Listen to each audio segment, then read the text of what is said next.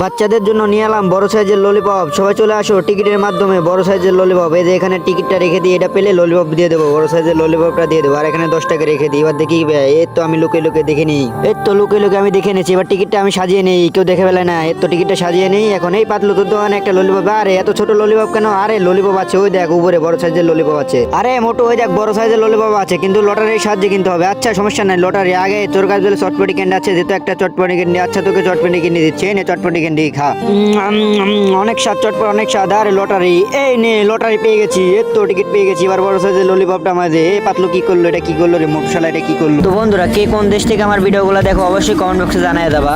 বাংলাদেশ থেকে দেখলে বাংলাদেশের পতাকা কমেন্ট করবা, আর যদি তুমি ইন্ডিয়া থেকে দেখে থাকো তাহলে ইন্ডিয়ার পতাকা কমেন্ট করবা। ইয়াহু, লটারি আমি জিতে গেছি। এই পাতলু এখন দে, দাঁড়া দাঁড়া, আমি তোকে ললিপপটা দিচ্ছি। আরে এরপর তাড়াতাড়ি দে পাতলু, আমার ললিপপটা দে। তো তোর ললিপপটা দিয়ে দিচ্ছে, নে তোর ললিপপ। ওয়াও কত বড় ললিপপ পেয়েছি, ওয়াও কত সুন্দর, খুশি হচ্ছে আমি।